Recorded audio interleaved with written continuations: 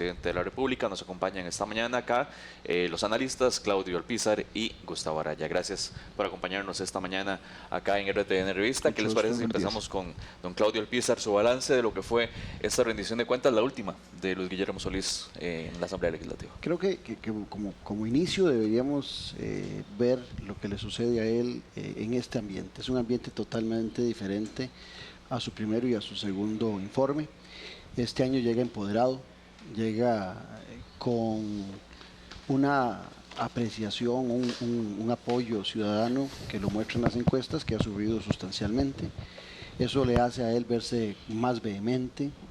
Está exultante el presidente en su locución, inclusive tal vez por eso el discurso es un poquito más largo porque se siente satisfecho. Él está más articulado, inclusive los elementos que iban a salir el día de ayer ya los habíamos visto en prensa escrita 2, 3 días antes. Y en general creo que el presidente toma como sustancial base algo que le sucede y que es beneficioso para cualquier presidente de la República en nuestro país, que son las políticas incrementales que desarrolla nuestra administración pública independientemente de quién sea el presidente de la República. O sea, siempre un presidente en Costa Rica, gracias a Dios, va a tener la posibilidad de mostrarle al ciudadano resultados por esa maltratada y alguna vez menospreciada administración pública de nuestro país, que es una de las mejores de América Latina, que por inercia en muchas ocasiones termina generando resultados positivos. Cuando el presidente habla, por ejemplo, del sector turismo, es algo que viene en un crecimiento constante de hace muchos años. Cuando el presidente nos habla de los bonos de vivienda, es algo que viene constante de hace muchos años. Y entonces la posibilidad de hacer sumatoria sobre acontecimientos que se desarrollan en la administración pública, en buena hora, los presenta el presidente como buenos resultados. También llega en una coyuntura que se le ha sostenido, que es muy importante, que es el tema económico. La coyuntura a nivel mundial sigue favoreciendo al presidente, también en buena hora, eso no es culpa de él, sino es beneficio para él. Hace algunos tiempos se decía que un buen ministro de Hacienda era una buena cosecha de café. Bueno, hoy los tiempos han cambiado y lo que es un buen ministro de Hacienda depende mucho de los factores internacionales. Se han sostenido y entonces el presidente también puede mostrar esos resultados. Pero creo que también ese apoyo que anda superior al 5, creo que anda por el 56% según la encuesta del CID Gallup, de que los ciudadanos lo ven bien al presidente de la República, le permitió llegar mucho más empoderado. Don Gustavo Araya, experto también en ciencias políticas, sale bien librado don Luis Guillermo de este discurso. Es el mejor que ha presentado de los tres que dio hasta el día de ayer. Lo digo también porque, lo cuento ahorita, don Fernando Berrocal nos decía ahora, antes de entrar con el tema de él, que a él le pareció un muy buen discurso y que había sido el primer discurso presidencial de don Luis Guillermo y que dio datos muy certeros para él. Sí, hay que tomar en consideración, como dice Claudio, el contexto nacional e internacional. Hay que tomar en cuenta también el contexto reciente de la política costarricense que se acababa de dar. O sea, pasábamos por una etapa bastante compleja, en algunos casos hasta negativa, no necesariamente, digamos, tuvo elementos positivos realmente lo que aconteció el 1 de mayo, ¿verdad? Y el 2. Más bien, digamos, de alguna manera, lo que las noticias políticas ponían en la agenda noticiosa era todo más bien un contexto en el que el presidente, cualquier cosa que dijera a partir de la inercia o a partir de buenos resultados o lo que pudiera enfocar como logros, caían, digamos, en un ambiente de política positiva en un mar de políticas, de noticias sobre política negativa. Entonces también eso le permite, digamos, diferenciar eso, marcar una diferencia sustantiva. Otro tema importante es que además tiene dos factores que le benefician. El primero es que por primera vez, creo que hay que hacer un análisis de contenido de los textos, pero por primera vez se presenta bajo una técnica que se llama storytelling. Es una narrativa diferente la que tiene el presidente de la República acá. No solamente cuenta logros, digamos, desde el punto de vista de su gobierno, su administración, sino también esos logros que vienen construyéndose en merced a esa Costa Rica que viene en esa evolución histórica, institucional y demás. Entonces también, digamos, esta construcción hay cosas que uno no sabe si se las atribuye al gobierno o no, pero es una narrativa que permite, digamos, entremezclar los dos factores, ¿verdad? Construirlos en ese tejido. Y un tercer elemento que me parece importante, a partir de su pregunta, Carlos, es que, bueno, David. David, es que efectivamente, digamos, el presidente de la República tiene, además, a una oposición que no logró amalgamarse, necesariamente no lograba amalgamarse, digamos, de manera contundente, ¿verdad?, para hacerle oposición. Habían críticas o ha habido críticas al discurso prácticamente fragmentadas, unas cosas sobre algunos datos, pero no sobre la totalidad de los datos. Digamos, se perdió la crítica, no sé si ustedes la vieron, pero se perdió la crítica de que ya no existe una hoja de ruta o que no existe un rumbo. Esa quedó por ahí. Quedan más bien que es que se quiere poner medallas que le son ajenas, ¿verdad? Digamos, las críticas cambiaron también.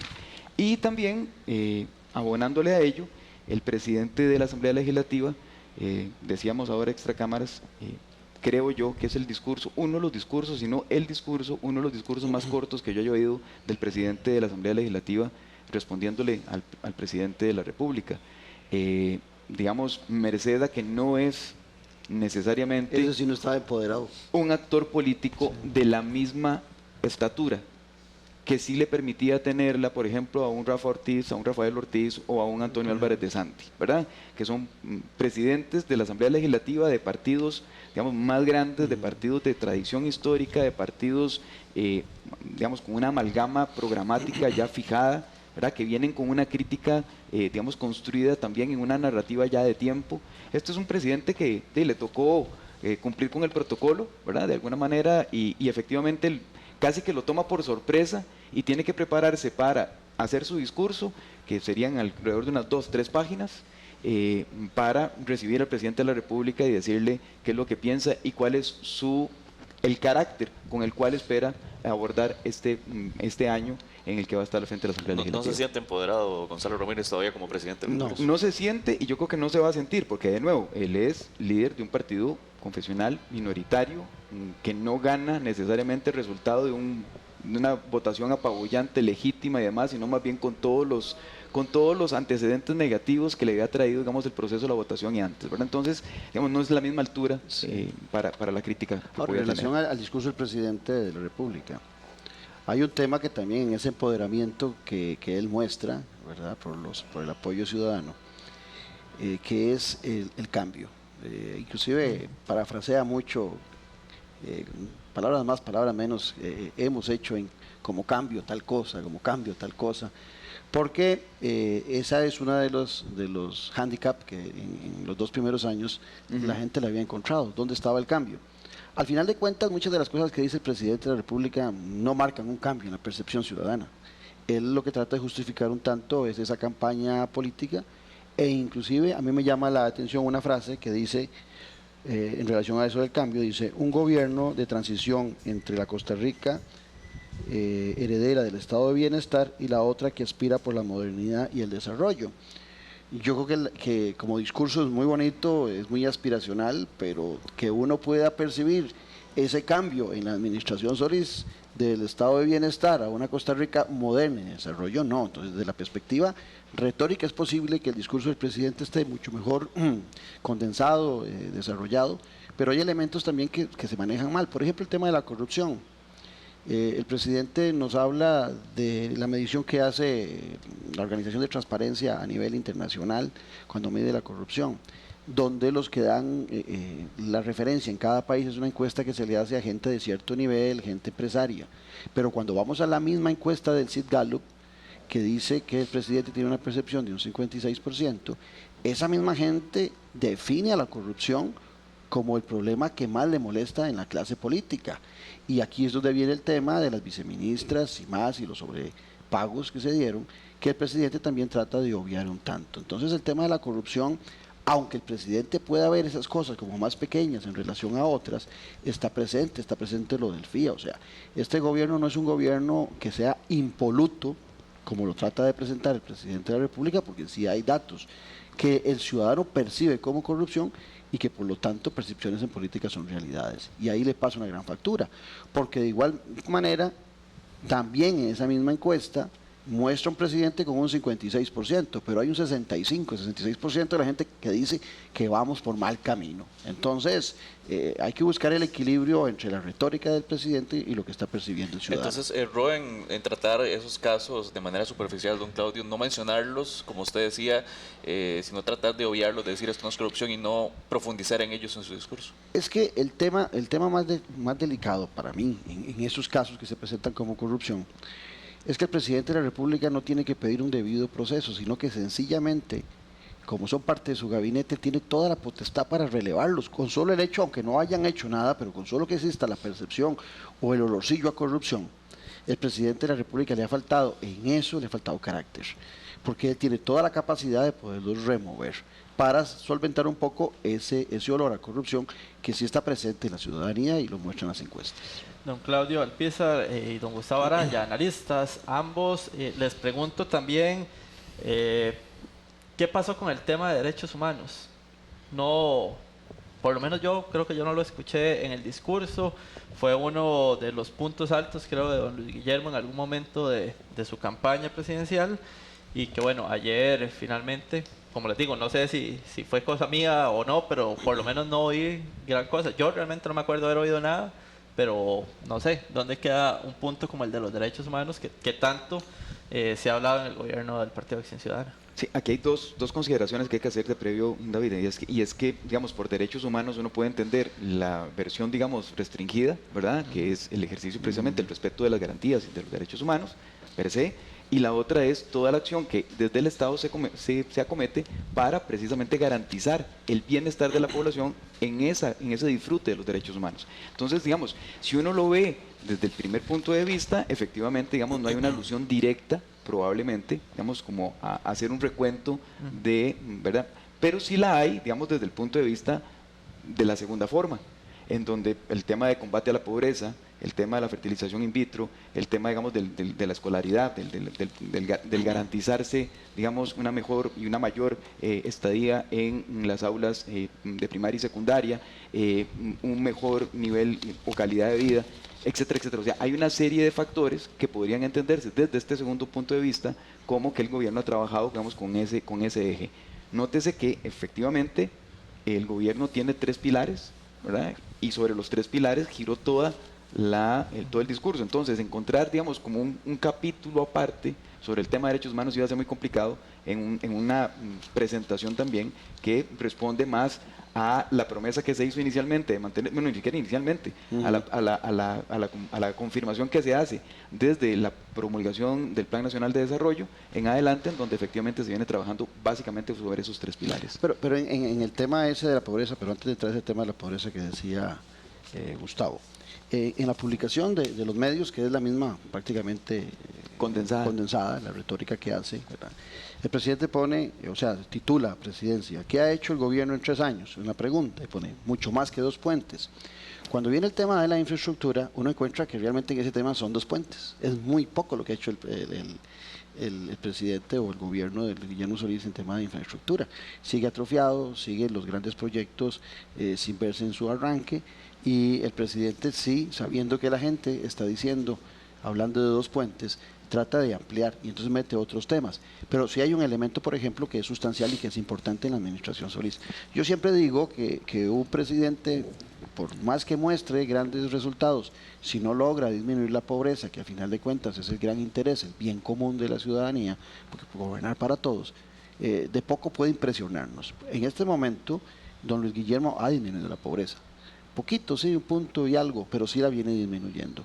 Que dirán algunos economistas que lo hace mediante políticas de asistencialismo y que no es desde el punto de vista económico, pero sí podemos decir que sí está el gobierno trabajando en eso. Sin embargo, también hay que recordar que el nivel de pobreza de nuestra gente en un cambio a nivel mundial, de la economía mundial, rápidamente puede volver a engrosar el término del rango de la pobreza. Lo vimos con el gobierno de Óscar Arias, que logra disminuirlo a 16 y algo. Se ha mantenido como en 8 ¿verdad? años, y ¿verdad? después subió por la crisis del 2008. Pero en ese mismo tema de la pobreza, me parece que tiene un colchón fuerte el presidente. Ahora el reto es cómo lograr terminar todo este año que falta con esa disminución de la pobreza, que podría ser uno de los elementos sustanciales, porque desde el gobierno de don Rafael Ángel Calderón Fournier, ningún gobierno termina disminuyendo la pobreza. Entonces ahí sí podría haber un elemento sustancial y que se defiende bien. Cuando se habla del tema de la pobreza también, y recalco, y no sé si ahorita, y bueno, César retoma y hablamos, porque de los derechos humanos yo hablaba un poco más de lo de matrimonio igualitario y demás, ¿verdad? Que fue como que no lo escuché mucho. Pero ahora que tocan el tema de la pobreza también es cierto, se habló del tema de la pobreza, pero no se habló mucho del tema de generación de empleo. ¿No? Y ¿Verdad? se dieron números macroeconómicos muy bonitos, ¿verdad? Que ha permitido la situación mundial. Pero el ciudadano no juzga a un gobierno, por eso en la encuesta sale la preocupación del ciudadano del rumbo del país, porque no lo va a juzgar al presidente por la macroeconomía. Cada ciudadano va a criticarlo por su microeconomía, cómo está el haber y el debe en sus bolsas. Desde esa perspectiva, el gobierno tiene una deuda enorme en desempleo, porque hace algunos meses nos hablaron de que el desempleo había disminuido un pellizco, pero ese pellizco había disminuido en relación a la gente que tira la toalla y deja de seguir buscando empleo, porque no hay generación de empleo. Y el presidente también, en algunas de esas consideraciones que hace, habla de un aumento de la generación de posibilidades de trabajo, de empleos, pero no dice también las disminuciones que han habido. Cuando uno hace la resta, el desempleo no ha disminuido. Y entonces, desde el punto de vista económico, él presenta un panorama muy agradable, seguramente para muchos economistas que gustan de los números macroeconómicos, pero para el ciudadano en general la situación sigue siendo tan precaria o mucho más precaria que en gobiernos anteriores. Bueno, esto también parece reflejarse en el tema de la inflación, que es un tema que que el presidente y el gobierno han insistido mucho que se ha mantenido estable. Pero no sé si aplica la interpretación que hace don Claudio Alpizar de que esto a nivel de los especialistas se reconoce, pero tal vez no tanto a nivel de la gente. No, y esto, y es importantísimo lo que dice Claudio, ¿verdad? La gente no va a notar cambio hasta que no lo note, digamos, en su cotidianidad, en su bolsillo, en su ir a la escuela, en su ir a su trabajo, en si se moviliza o no, si ve presas o no, ¿verdad? El titular que dice, hay más empleo, lo pone en tela de juicio siempre y cuando eso vea en su entorno inmediato si eso está efectivamente teniendo o no razón. Y efectivamente, digamos, vamos a ver, la contención de lo que había venido merced a tasas internacionales ¿verdad? Más estables y en algunos casos hasta la caída, precios más estables de petróleo, incluso en un momento con precios internacionales, ¿verdad? Nunca antes vistos, han sido, digamos, ese buen ministro de Hacienda que le ha ayudado además a la administración Solís Rivera a mantener precisamente lo que el presidente dijo, que sí se nota. Vamos a ver, la gente sí lo nota, porque efectivamente los créditos, digamos, se mantienen más o menos en una tasa estable, ¿verdad? El tema de la inflación se mantiene más o menos estable o incluso a la baja. Efectivamente, digamos que esos son elementos que cuando uno ve las encuestas se trocan, se tornan en, efectivamente, digamos, de alguna manera, esa buena percepción en donde comparativamente, incluso con administraciones anteriores, empiezan a disminuir las opiniones negativas y empiezan a subir las opiniones positivas respecto al gobierno, revirtiendo lo que normalmente sucedía, digamos, casi que con todas las administraciones que efectivamente, conforme avanzaba el periodo presidencial, conforme iba aumentando, digamos, las opiniones negativas y disminuyendo las positivas. Entonces, digamos que de alguna manera eso sí logra revertirse con un hito importante que sigue siéndolo coincidentemente o no, pero el tema, digamos, del huracán Otto, en donde pone, digamos, y esto lo hemos dicho Claudio y yo creo que hasta la saciedad en términos de comunicación política, ¿verdad? El activo político más importante, el capital político más importante de cualquier gobierno, o sea, por el cual se llega al poder, es el presidente de la República o la presidenta de la República. Y en este caso, eso se entendió en términos de comunicación también prácticamente coincide con ese mismo fenómeno climático y a partir de, incluso desastre natural, pero a partir de ahí empieza, digamos, a revertirse todo el proceso por un buen manejo, digamos, por un mejor manejo de la comunicación, no un buen manejo, sino un mejor manejo, un manejo menos malo de la comunicación también de parte del gobierno. En ese tema de comunicación política, hay diputados, yo los oí ayer, creo que uno de ellos era Rolando González, que hay que darles cajita blanca con lazo blanco, ¿verdad? Cuando plantean que el discurso del presidente es un discurso pensando en el 2018, pues sí. Todos lo hacen. ¿Quién dice que no? Y estos diputados, los de Liberación en la Unidad, que plantean eso, que tienen más experiencia, pues saben que eso es obvio. Ahora, el análisis debería venir desde lo que se ha dejado de hacer, porque ciertamente, ahora Gustavo decía, y que yo lo planteé también así de la misma forma, que ha ayudado a la administración Solís el tema internacional de la economía, pero también nos ha ayudado como país. Pero hay un tema que está pendiente, que es el déficit fiscal, y entonces el presidente ahí llama la atención sobre el IVA, sobre renta, sobre las modificaciones que hay que hacer, a sabiendas de que él empezó muy tarde esa tarea, ¿verdad? Que él empezó como casi que empezando el tercer año, o sea, tiene un año de haber empezado esa tarea. Pero también el presidente busca culpables de una vez, no sé si pensando ya en el discurso del 2014, y dice, hay 3 elementos que él busca como culpables. Habla de los mandos medios. A los mandos medios les manda a decir que son fuerzas conservadoras, que trabajan en cámara lenta. Esos mandos medios y esa administración pública es exactamente lo que le está permitiendo al presidente de la República poder tener algunos resultados de políticas incrementales que se van a dar con él, con Laura Chinchilla, con Óscar Arias o sin presidente, porque la administración pública nuestra tiene una institucionalidad que le permite ir adelante. Después habla de los poderes fácticos, ¿verdad? Ya ahí está hablando de las cámaras, de los sindicatos, que también no le están permitiendo tener más logros. Y lo último que habla, que ahí ese me sorprendió, el uso del derecho, que es otro enemigo. O sea, yo no comprendo qué quiere decir el presidente cuando habla del debido proceso, por ejemplo, para las viceministras, y le molesta el uso del derecho para atrofiar la ejecución en gobierno. Bueno, hay temas que también puede verse como contradictorios, este es uno, pero ya el presidente también busca en su discurso justificantes para decir por eso no he llegado más, ¿verdad? Que son esos 3 elementos. Lo que sí es importante, y abonándole a lo que dice Claudio, ¿verdad? Un poco que es lo que a nosotros todos nos apasiona también bastante más del tema de la política, de la comunicación política, es que si uno ve el discurso del señor presidente, nota que efectivamente la alusión al cambio es de manera permanente, cosa que no era de extrañar, ¿verdad? Que no nos vamos a llevar nosotros la cajita blanca, pero lo que sí me llama la atención es que efectivamente el tema, cuando busca concluir, ¿verdad? Y cuando hace ese llamado a los compatriotas, amigos y amigas, el presidente hace alusión a la gobernabilidad, pero en un sentido diferente al que se ha utilizado en administraciones anteriores, y ahí sí marca una diferencia, porque efectivamente, digamos, en términos de rendición de cuentas o transparencia, uno podría decir que se distancia, ¿verdad?, del resto de los discursos que se han dado históricamente, porque llama por su nombre a aquellos factores que generalmente pasan desapercibidos, que efectivamente en otros casos se argumentan como ingobernabilidad, y en este caso el presidente dice, sí, se llama ingobernabilidad, o han querido llamarla ingobernabilidad, o favorece la ingobernabilidad, pero no es una excusa para lo que estamos haciendo. Me parece que, como uso retórico por lo menos, es un recurso importante. Y en esa misma línea, Gustavo, el ataque que le hace, yo no sé si era porque salían mucho del plenario o porque no se leyeron el discurso previamente los diputados, son las mismas frases cajoneras de siempre, ¿verdad? Oír decir de que el presidente se está vistiendo con obras que dejaron los gobiernos anteriores, pues uno podría echar la cámara para atrás y podría decir que qué sé yo, que don Pepe Figueres se benefició de las garantías sociales que dejó Calderón Guardia, y podría decir que el otro se benefició del ejército y demás que hizo don Pepe, y podríamos decir que don Óscar Arias se benefició de proyectos que arrancaron en la administración de don Abel y que dejaron muchos recursos, y así podríamos ir dándole vuelta al tema, y vamos a ver que hay un continuo en la historia del país. Aquí lo determinante en la crítica que deberían estar haciendo los diputados, que deberían estar estudiando, es cuáles son las promesas y las metas que estableció el presidente de la República y en qué nivel están, sobre la base de que ciertamente el presidente sabe que va a arrancar de algo sustancial, que ahí está, que aunque digan que hay problemas heredados, también se hereda lo bueno.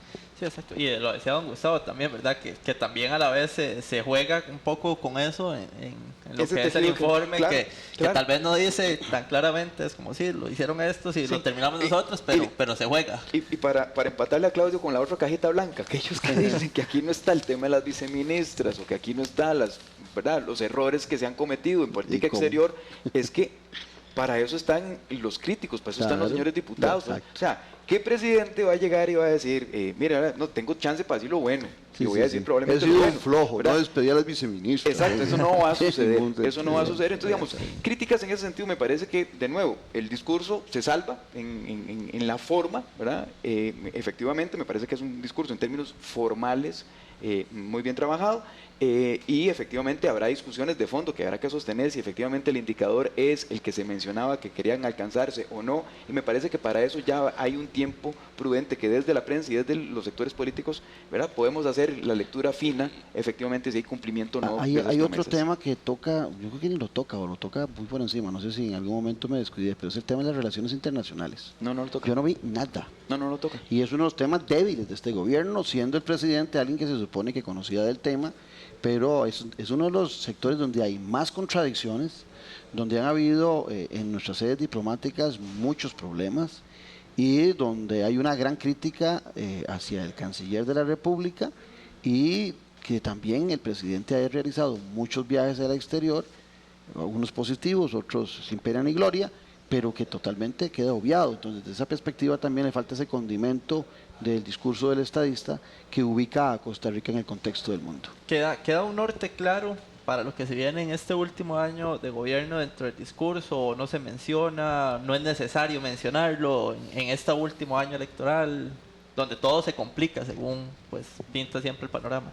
Bien que mal, bueno, esto, digamos, las apreciaciones cada quien las puede hacer, pero digamos, desde el punto de vista del análisis político, para mí quedan muy claros dos ejes fundamentales. Uno, el tema de la reincidencia en el tema del cambio, de presentarse como ese parteaguas de una política, de una forma de llevar la economía, lo decía el presidente incluso con la reactivación. Salvar el discurso de campaña. ¿Verdad? Salvar el discurso de campaña, que efectivamente, digamos, lo logra en algunos elementos que son sustantivos, ¿verdad? Y entonces ahí marca esa diferencia que le permite, digamos, tener algunos anclajes importantes para continuar y cerrar este año.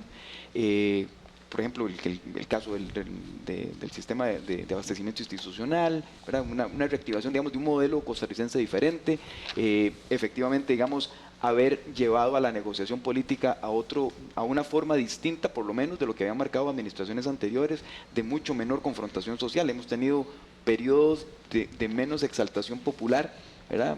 Con grupos que siempre va a haber grupos molestos y eso va a ser imposible que no lo exista y que no haya marchas en las calles va a ser imposible, pero digamos comparativamente es menor a la, digamos, vehemencia con la que se sostenían, digamos, las disputas sociales en administraciones anteriores.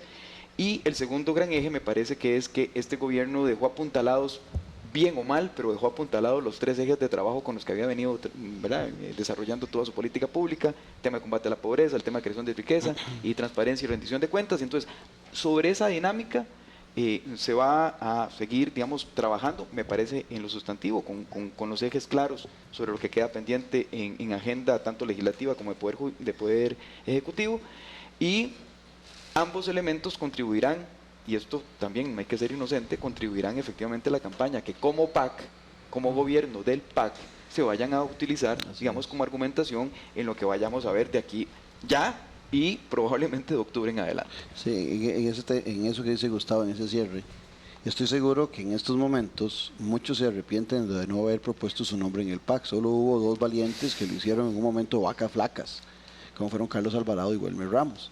Pero el crecimiento que está teniendo en la percepción ciudadana el PAC y los buenos puntos que se gana el presidente de la República ponen al PAC a luchar en febrero del 2018, ¿verdad? Una fracción legislativa más o menos unida. Sí, eso es otro elemento. También a la hora de llegar a la Asamblea Legislativa llegó con 13 diputados que el día anterior por primera vez habían estado de acuerdo en un tema, por lo menos. Tenemos comentarios ya en redes sociales, así que vamos a proceder a leerlos, los comentarios que ha generado esta discusión el día de hoy. Tenemos el comentario de Ernesto Echeverría, que dice lo siguiente: el presidente no habló de los casos de corrupción y oportunismo de funcionarios en su gobierno. Mientras tanto, Seidi nos dice lo siguiente: muy interesante, resumen, claro y concreto, RTN Noticias y RTN Revista. Maylin Cruz Vega dice: el informe ha sido lo mejor en décadas y por mucho, algo que los aristas aún no logran digerir, como se evidencia. Y también, bueno, tenemos uno más de Avaro que dice: estimado, ¿por qué no me queda la sensación de que Luis Guillermo Solís parecía Nicolás Maduro hablando y hablando, etcétera, etcétera? Bien, nuestro comentario de Varo acá en redes sociales. Un último comentario muy brevemente. Para hacer un cierre. No, es mucho mejor que Nicolás Maduro, el presidente. Lo que puede parecerse es en lo largo que fue el discurso, pero el presidente Solís, dichosamente para nuestro país, es un presidente muy, muy superior a Nicolás Maduro. Y en época de crisis ni propone cambiar la Constitución, ni tenemos las Yo revueltas. para mi cierre creo que le repito con lo que empecé, creo que el presidente se vio más empoderado, se le vio pinta de presidente, porque ya llegó después de lo del huracán y muchas otras cosas que han acontecido, y con algunas obras que se han desarrollado, llegó con elementos y con un aprecio ciudadano que le permiten a él tener esa posición. En un momento donde Gustavo también lo planteaba antes, la mayoría de los partidos, por no decir todos, yo creo que todos, solo el PAC se salva del 1 de mayo, se vieron desarticulados, se vieron perdidos, se vieron quebrados, hicieron un papelón. Y entonces el presidente todavía llega a ese escenario, ¿verdad?, en donde las baterías, las pilas están bajas de los diputados en general. Entonces llegó en un momento oportunísimo. Ahora bien, cuando el presidente nos dice que le pide a la gente, a sus opositores, que lo dejen gobernar durante el último año, también ahí podríamos darle cajita blanca al presidente de la República, ¿verdad?, para tener las condiciones que tiene cualquier presidente en año electoral.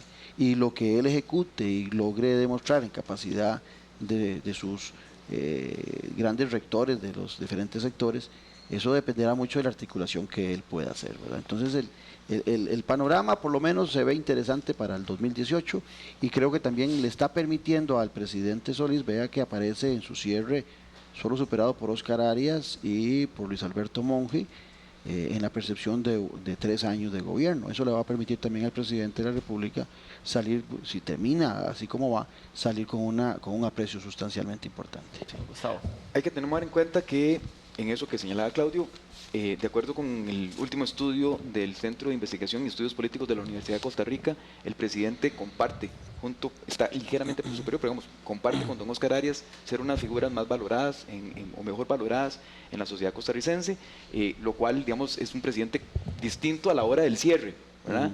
Y tanto así que le permite, durante el discurso, en varias ocasiones, 2 cosas. Primero, en el tema de corrupción, mostrarse, ¿verdad?, empoderado y decir, bueno, reto a quien me diga que es corrupción y se están haciendo procesos y todo lo demás, ¿verdad? Pero digamos, se aventura, ¿verdad?, con un nivel diferente, digamos, al tema de la corrupción, que podrá ser y seguirá siendo probablemente uno de los temas, digamos, en los que más les vayan a tratar incluso, ¿verdad?, sus opositores, de seguir haciendo señalamientos para que no pase inadvertido ese tema, número 1. Y número 2, vean que tiene proyectos de ley y los menciona con número, ¿verdad?, específicamente y demás, pidiéndole a las autoridades, tanto a los diputados como a las autoridades presentes, en el caso, por ejemplo, la Contraloría General de la República o la Procuraduría, diciéndole, les ruego que por favor me permitan continuar. O sea, un presidente en un cierre de discurso generalmente no deja esos